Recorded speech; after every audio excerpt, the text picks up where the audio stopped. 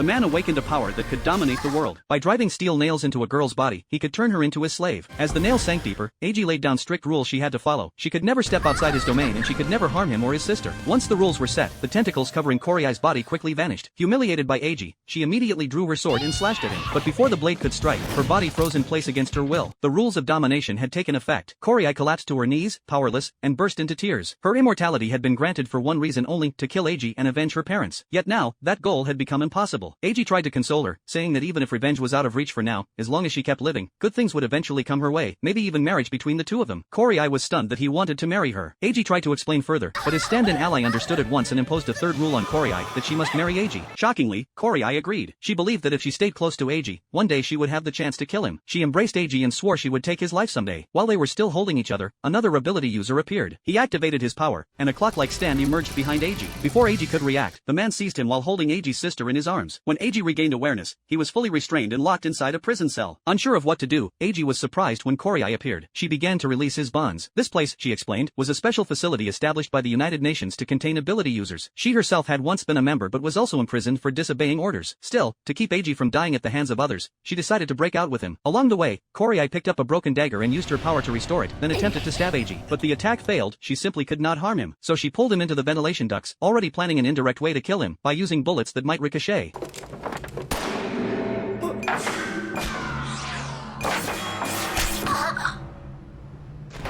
The plan failed, though Korai's immortality allowed her to revive quickly. She tried again by leading Eiji along a dangerous path, hoping he would fall to his death. Instead, she slipped and fell herself. Eiji simply wondered where she had gone, while Korai revived once more. She had already died twice but refused to give up. She led Eiji into more trap-filled corridors, only for her body to involuntarily trigger the traps whenever she thought of harming him. Time and again she died, only to revive again and again, unable to count the number of deaths she had endured. Eiji eventually realized Korai's true intent and urged her to give up. But Korai's determination for revenge was unshakable. Even if her body obeyed the domination rules, her heart would never stop trying to kill him. They reached a fork in the passage. One path led to the outside, the other to the central hub filled with ability users. Eiji chose the hub without hesitation, determined to rescue his sister. Korai tried to stop him, but he brought up his sister's condition. She wasn't related to him by blood, she was his stepmother's daughter, but to Eiji, she was his only hope. She was gravely ill and had less than half a year to live. Eiji only wanted to spend her last days with her, regardless of his own life. If Korai killed him then, so be it. Hearing this, Korai realized the only way to fulfill her revenge was to help Eiji. Together they fought off the soldiers and Eiji finally reunited with his sister, along with the man who could stop time. Korai immediately hurled 3 grenades, knowing the man could only freeze 3 objects at once. That would give Eiji the chance to trap him inside his domain and dominate him. But the man had anticipated this. Before the grenades exploded, he caught them and hurled them back. He closed in on Eiji with incredible speed. If Eiji used his power to stop the grenades from exploding, the man would capture him with his time stop ability. If Eiji did nothing, they would both be blown to pieces.